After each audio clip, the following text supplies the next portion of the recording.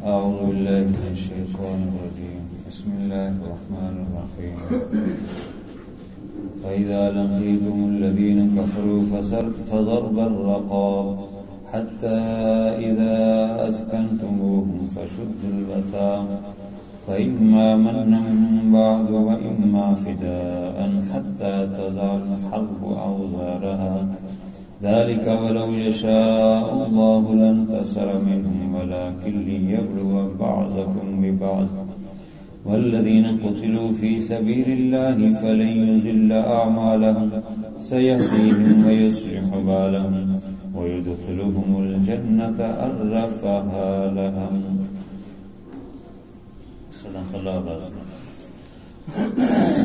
سورۃ کے شروع میں تمہید بیان فرمائی اور یہ فرمایا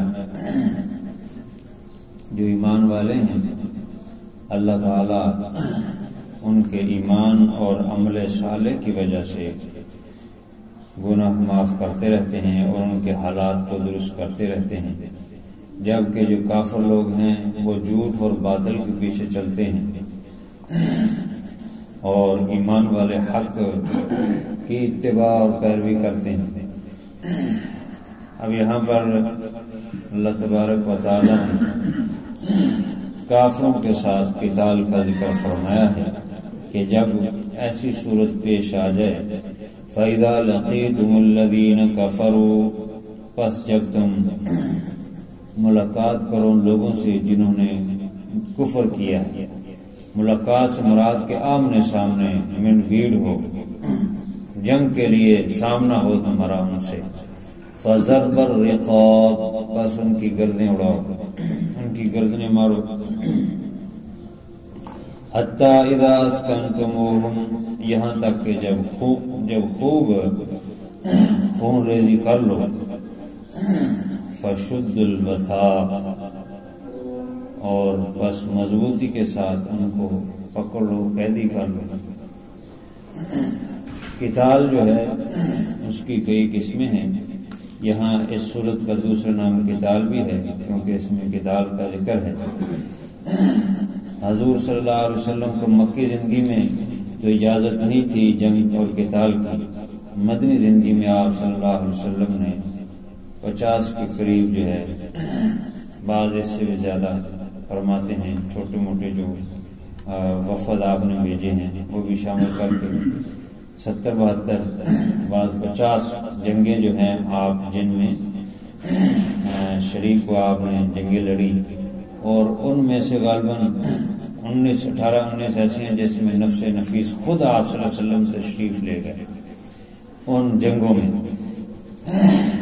تو کافروں کے ساتھ اجازت مل گئی جنگ اور قتال کی، تو چونکہ وہ نافرمان ہیں اور زمین میں فساد پھیلاتے ہیں تو اس لیے اجازت مل گئی، کیونکہ دونوں طرح کی جنگ جو ہے اسلام میں روا ہے، اوفینسو اور ڈیفینسو، جارحانہ اور مدافعانہ، دونوں طرح کی جو ہے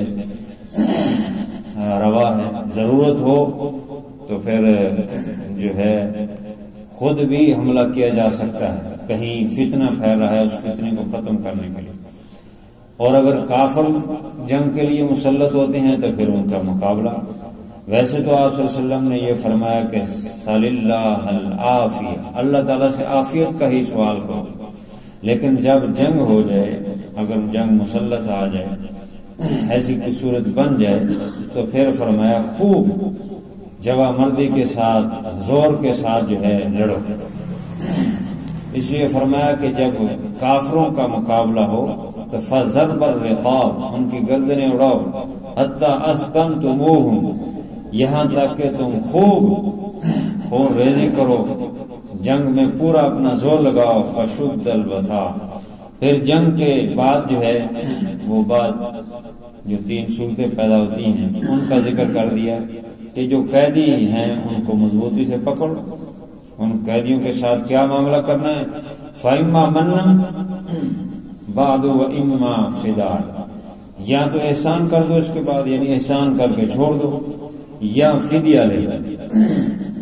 تو دونوں صورتیں، اس کے علاوہ بھی بہت ساری احادیث میں اور آپ صلی اللہ علیہ وسلم کے عمل سے صورتیں جو ہے وہ واضح ہیں کہ اگر یہ محسوس کرتے ہیں کہ فدیہ لینا ان سے ضروری ہے تو فدیہ لے لیا جائے، جیسے جنگ بدر میں کافروں سے فدیہ لے لیا گیا، اور اگر کوئی ایسے ہیں کہ وہ ان سے فتنہ پھیل سکتا ہے تو پھر ان کو قتل کر دیا جائے، جیسے بعض قیدی جو ہے وہ قتل کیے گئے۔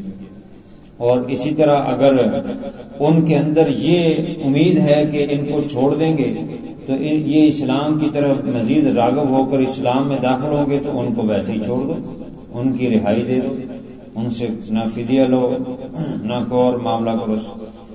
اور اگر ان کے پاس فدیہ نہیں ہے تو پھر آپ صلی اللہ علیہ وسلم نے جنگ بدر کے قیدیوں کے متعلق فرمایا تھا کہ جو لکھنا پڑھنا جانتا ہے وہ 4 مسلمانوں کو لکھنا پڑھنا سکھا دے تو یہی اس کا فدیہ ہوگا۔ یہ بھی صورت ہے، اس کے علاوہ بعض صورتیں ہیں۔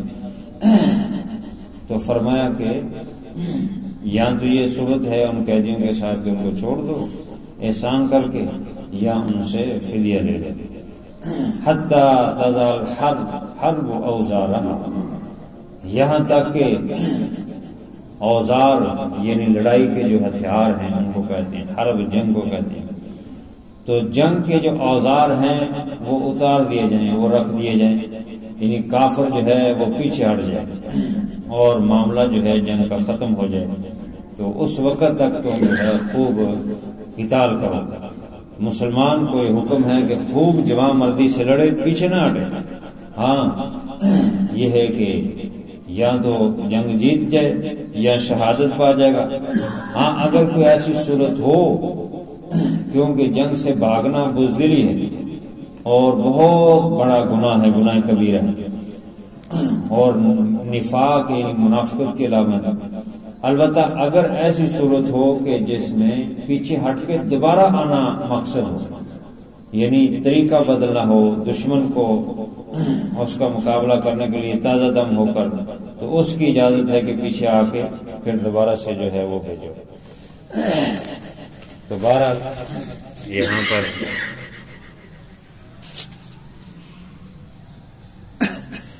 تو فرمایا کہ ذالک ولو یشاء اللہ لانتصر منہم،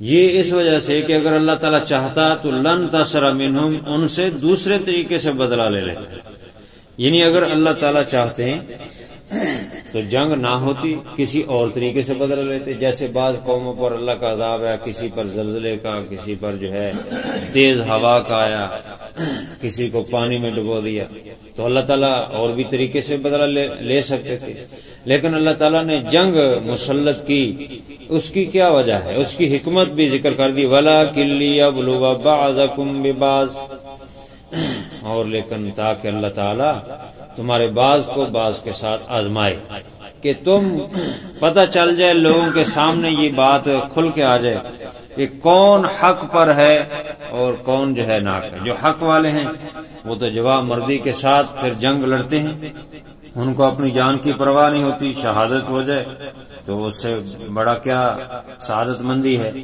تو اس لیے فرمایا ایک حکمت یہ ہے کہ تم کو اللہ تعالیٰ آزمائے، تمہاری آزمائش ہے یہ جنگ۔ والذین قتلوا فی سبیل اللہ فلن یضل اعمالہم، اور وہ لوگ جو قتل کیے جاتے ہیں یعنی شہادت ان کی ہو جاتی ہے اللہ کے راستے میں، فلن یضل اعمالہم، پس ان کے اعمال اللہ ضائع نہیں کرتے، یعنی اللہ تبارک و تعالیٰ کے ہاں ان کے اعمال کی بڑی قدر ہے، اور جو جہاد میں اور شہادت میں ان کو تکلیف ہوئی اور جو انہوں نے محنت مشقت اٹھائی، اس سب کی اللہ کو قدر ہے اور اس کا بڑا اللہ تعالیٰ ثواب اجر دیں گے۔ تو ایک یہ بھی حکمت ہے کہ اللہ تعالیٰ درجات بلند کرتا ہے۔ اب دیکھیں حدیث شریف میں ہے کہ جو شہید ہے وہ 70 لوگوں کی جو ہے وہ شفاعت کرے گا، تو کتنی بڑی یہ سعادت مندی ہے کہ اللہ تعالیٰ کی حکمت اس میں یہ بھی ہے۔ اور اس کا درجہ بھی بڑھ جاتا ہے۔ شہید کے متعلق اللہ تعالیٰ قرآن پاک میں کہتا ہے کہ وہ زندہ ہیں اور ان کو رزق بھی دیا جاتا ہے، لیکن تمہیں شعور نہیں کہ تمہاری عقل میں یہ بات نہیں آ سکتی کہ کیسے ان کو رزق دیا جاتا ہے۔ تو یہ اللہ تبارک و تعالی نے فرمایا کہ ان کے اعمال اللہ تعالیٰ ضائع نہیں کر دے۔ سَيَهْدِيهِمْ وَيُصْلِحُ بَالَهُمْ، اللہ تعالیٰ ان کی رہنمائی کرے گا اور ان کے حالات کو درست کر دے گا، اور جو کوئی کمیاں کوتاہی ہیں وہ اللہ تعالیٰ معاف کر دے گا ان کے اتنے بڑے عمل کی وجہ سے۔ وَيُدْخِلُهُمُ الْجَنَّةَ عَرَّفَهَا لَهُمْ، اور داخل کرے گا ان کو جنت میں، بہشت میں، جس کو انہوں نے پہچان رکھا ہے، پہچان لیا ہے۔ کیونکہ حدیث شریف میں ہے کہ جب شہید کے خون کا پہلا قطرہ گرتا ہے تو جنت میں اس کا محل دکھا دیا جاتا ہے، اس کو نظر آ جاتا ہے کہ یہ محل ہے۔ تو یہاں بھی یہ فرمایا کہ وہ اپنے محل کو پہچان لیتا ہے، شناخت کر لیتا ہے۔ قیامت کے دن دوسرا معنی یہ ہے کہ قیامت کے دن اس کو پوچھنا نہیں پڑے گا کہ میرا محل کس طرف ہے، وہ خود اپنے محل کو پہچان لے گا، اللہ تعالیٰ اتنی صلاحیت عطا فرمائے گا۔ تو جنتی جو ہے اپنے محل اور اپنے مقام کو دیکھ لے۔ تو شہید کا یہ بہت بڑا درجہ ہے، کیونکہ اس نے دین اسلام کی خاطر کوئی دنیاوی غرض نہیں، محض اللہ کو خوش کرنے کے لیے اپنی جان، جو اس کو سب سے زیادہ قیمتی چیز تھی، وہ قربان کر دی اللہ کے راستے میں۔ تو اللہ تبارک و تعالی اس کے نتیجے میں اس کو بہت بڑا اجر عطا فرماتے ہیں۔ اس لیے یہاں پر اللہ تعالیٰ نے قتال کی حکمت بھی بیان کر دی، اور اس کی ایک حکمت یہ بھی ہے کہ دنیا میں جہاں کہیں فتنہ فساد ہے وہ ختم ہو جائے۔ فتنے کو ختم کرنے کا بھی مقصد ہوتا ہے جہاد اور قتال کا، تاکہ امن و امان ہو اور سکون اور اطمینان سے لوگ اللہ کے حکموں کی پابندی اور اس پر عمل کر سکیں۔ یہ بھی ایک مقصد ہوتا ہے۔ چنانچہ جب حضرت عیسیٰ علیہ السلام آئیں گے قرب قیامت، تو اس وقت پھر جہاد ہوگا ان کی معیت میں، ان کی قیادت میں، تو ایسے حالات ہو جائیں گے کہ فتنہ مکمل ختم ہو جائے گا، کیونکہ اللہ تعالیٰ نے فرمایا ہے کہ تم قتال کرو حتی لا تکون فتنہ، یہاں تک کہ فتنہ باقی نہ رہے، فساد دنگا باقی نہ رہے۔ تو حدیث شریف میں ہے کہ حضرت عیسیٰ علیہ السلام کی قیادت میں جب جہاد کریں گے تو امن و امان اتنا ہو جائے گا کہ دو شخص بھی آپس میں نہیں لڑیں گے، اتنی صلح اور اصلاح ہو جائے گی۔ تو جتنا زیادہ یعنی دنگا فساد اور فتنہ پھیل رہا ہے، اس کا مطلب اتنا زیادہ ہم قیامت کے قریب آ رہے ہیں، فتنے فساد برپا ہوں گے۔ اور آج حالت یہ ہے کہ فتنہ خود دوسروں کو فتنہ کر رہا ہے، خود جو فتنہ ہے وہ دوسروں کو فتنہ کر رہا ہے۔ تو اس لیے پہچاننا ہی مشکل ہوگا کہ فتنہ کون ہے اور فساد کون کر رہا ہے اور خرابی کہاں پیدا ہو رہی ہے۔ تو بہرحال یہ قتال اور جہاد کا مقصد بھی یہ ہے۔ اللہ تعالیٰ سمجھ اور عمل کی توفیق عطا فرمائے۔ الحمدللہ رب العالمین والعاقبۃ للمتقین والصلاۃ والسلام علی سید الرسل وخاتم الانبیاء والمرسلین۔ ربنا ظلمنا انفسنا وان لم تغفر لنا وترحمنا لنکونن من الخاسرین۔ اللهم اشف مرضانا ومرضى المسلمین۔ یا اللہ تو اپنی رحمت سے ہماری حاضری کو قبول فرما، جو کمی رہ گئی اپنے فضل سے معاف فرما، بیماروں کو شفا عطا فرما، جو دنیا سے چل گئے ان کی مغفرت فرما۔ یا اللہ مرنے سے پہلے مرنے کی تیاری کی توفیق عطا فرما۔ صلی اللہ تعالی علی خیر خلقہ سیدنا و مولانا محمد وعلی آلہ و اصحابہ اجمعین۔